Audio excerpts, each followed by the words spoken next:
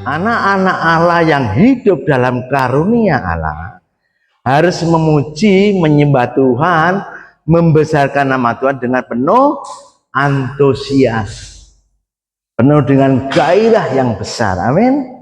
Nah, puji nama Tuhan, berbagi dalam firman Tuhan. Pagi hari ini izinkan saya berbagi hidup dalam kasih karunia Allah.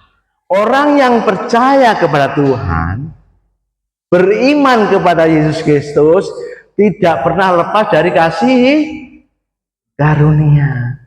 Apa sih artinya? Kasih karunia Allah, berkenan saya bagikan, adalah kelimpahan berkat yang diberikan Allah melalui anugerahnya kepada setiap orang yang percaya kepada Yesus Kristus. Sejak kapan? Sejak saudara dan saya percaya di dalam Kristus Yesus Tuhan, sejak itulah kasih karunia diberikan cuma-cuma lagi ya, gratis. Kita sebagai orang percaya yang hidup dalam kebenaran senantiasa harus berkomitmen dan memelihara. Amin. Harus memelihara. Saudara dan saya berkomitmen sebagai anak-anak Allah harus memelihara kasih karunia Allah. Dalam Kristus kita telah menerima belas kasihan dari Allah, yaitu dibebaskan dari penghubungan kekal. Kita menerima pengampunan dosa, keselamatan dan hidup dalam kelimpahan berkat ya. Inilah yang dinamakan grace mercy ya, atau grace ya, good mercy atau grace, kemurahan Tuhan dan anugerah Tuhan. Arti kata dari murah hati adalah belas kasihan yang ditujukan dengan memberikan pengampunan serta membatalkan hukuman kepada seseorang yang patut dihukum. Allah kita mengampuni dosa kita yang seharusnya tidak terampuni. Semua kembali kepada kemurahan Allah. Dan anugerah yang terbesar yang bisa kita terima sampai hari ini dan sampai selama-lamanya, hidup dalam anugerah Allah ya. Sudah diampuni, terbebas dari hukuman, hidup dalam kekekalan ya. Luar biasa ya, 3 poin ya. Orang Kristen, orang percaya harus penuh dengan sukacita. Kalau Allah kita di dalam Kristus Yesus sudah bermurah hati, bagaimana kita anak-anak Allah harus mencontoh berkarakter di dalam kemurahan Tuhan, baik kemurahan bagi kita sendiri, juga kemurahan bagi Tuhan. Jangan lupa berkemurahan bagi sesama ya. Ingat tanda salib itu kan palang kan, yang lurus ke atas adalah hubungan vertikal antara bumi dan surga, antara kita dengan Allah. Hubungan yang horizontal sepadan adalah hubungan sesama kita dengan sesama. Berikut adalah ciri orang yang hidup dalam karunia kemurahan hati Allah. Sebab karena kasih karunia kamu diselamatkan oleh iman. Itu bukan hasil usahamu, tetapi pemberian Allah. Efesus 2 ayat 8. Kita diselamatkan bukan oleh karena kebaikan kita, Bapak Ibu ya, oleh karena kasih karunia Allah, oleh karena kemurahan Allah. Itu bukan hasil usahamu sendiri. Nah, kasih karunia Allah menyelamatkan orang percaya beriman kepada Yesus, beriman Allah yang hidup. Orang yang percaya kepada Yesus Kristus artinya menjadikan firman Allah sebagai dasar seluruh aspek kehidupan. Kasih karunia, orang benar akan hidup karena percaya, bukan karena melihat. Percayalah kepada Tuhan dengan segenap hatimu dan jangan bersandar kepada pengertianmu sendiri. Amsal 3 ayat 5. Bukan karena melihat. Kalau kita melihat kita sering khawatir, kita sering khawatir ya, gemetar, takut dan lain sebagainya. Tetapi Amsal 3 ayat 5 menegaskan bahwa orang benar akan hidup karena percaya. bukan karena melihat.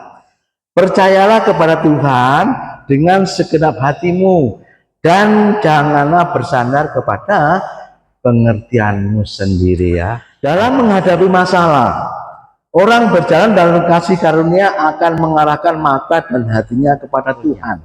Kita harus memandang kepada Allah, bahwa Allah penyerta kita. Dia memberikan kesanggupan untuk melewati segala perkara yang kita hadapi, siapapun ya. Semua anak-anak Allah akan disertai Tuhan. Sifat Allah yang pemurah tidak akan berubah dahulu, sekarang, dan selamanya. Seorang pencipta yang baik tidak akan membiarkan ciptaannya bergumul sendiri. Seorang pencipta yang baik, dia akan memberikan kemurahan dan pertolongannya kepada sang ciptaannya. Amin. Kemurahan Allah menuntutnya hidup dalam pertobatan ya. Roma 2 ayat 4. Oleh karena itu Allah dengan sabar menuntut kita selalu hidup dalam pertobatan ya. Kemurahan Allah jangan disalahartikan saudaraku ya. Oleh karena kemurahan kita sering melanggar. Saudara dan saya sering melanggar. No, tidak. Kita jaga, kita hormati. Oleh karena kemurahan Allah, kita diselamatkan, kita ditolong, kita disertai. Kita jaga dengan komitmen yang sangat tinggi ya. Dengan semua kelemahan yang kita miliki, Allah turut bekerja dalam segala perkara. Roh Kudus memberinya kuasa untuk mengampuni dan mengasihi orang-orang yang sulit dikasihi. Diajar Tuhan pagi hari ini harus mengampuni dan mengasihi orang-orang yang sulit untuk dikasihi ya. Setelah kita hidup dalam beriman, kita dimampukan untuk memberikan pengampunan. Kita diberikan untuk hidup dalam kebenaran. Yang keempat, Tuhan juga menghendaki kita untuk hidup dalam kebaikan. Kita belajar bertaat dan berserah kepada Allah. Karena kita ini buatan Allah, diciptakan dalam Kristus Yesus untuk melakukan pekerjaan baik yang dibersihin Allah. Sebelumnya ia mau supaya kita hidup di dalamnya. Dengan kedewasaan rohani seseorang, melalui pengenalan akan Kristus, orang yang tinggal dalam Kristus akan menjadi saluran kemurahan Allah, menghasilkan hidup yang berbuah. Perbuatan baik tidak menghasilkan keselamatan, tetapi perbuatan baik adalah hasil dari keselamatan. Oleh karena keselamatan kita berbuat baik.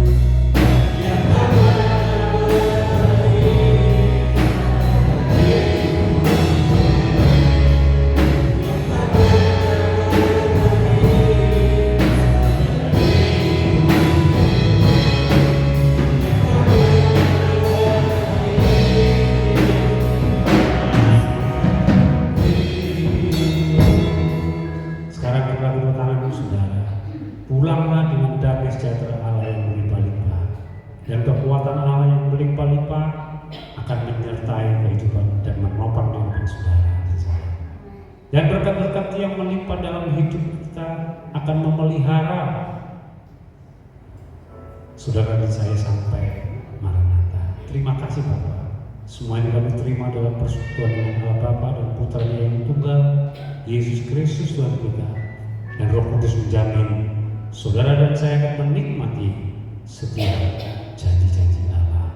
Di dalam nama Tuhan Yesus yang percaya boleh katakan